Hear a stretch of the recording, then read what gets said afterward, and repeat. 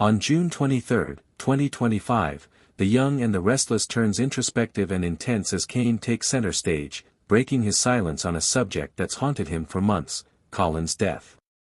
What begins as a quiet reflection quickly turns into a revealing moment that ties the past and present together in surprising ways. Kane, usually guarded, finds himself unexpectedly vulnerable as he opens up to Jill.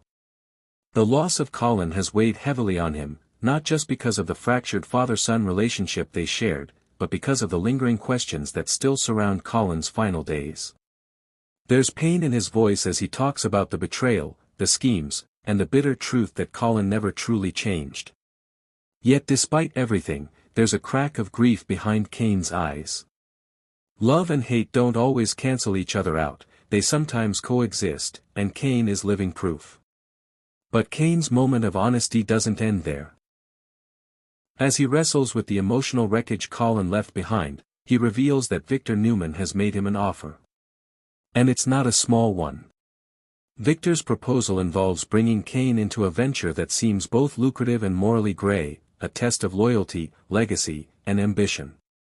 The idea of working under Victor's banner stirs something in Kane, opportunity, perhaps redemption, or maybe something more dangerous.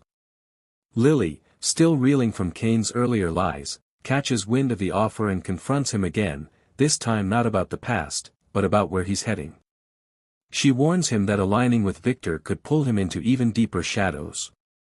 Kane insists it's a fresh start, but Lily isn't sure whether to believe him anymore.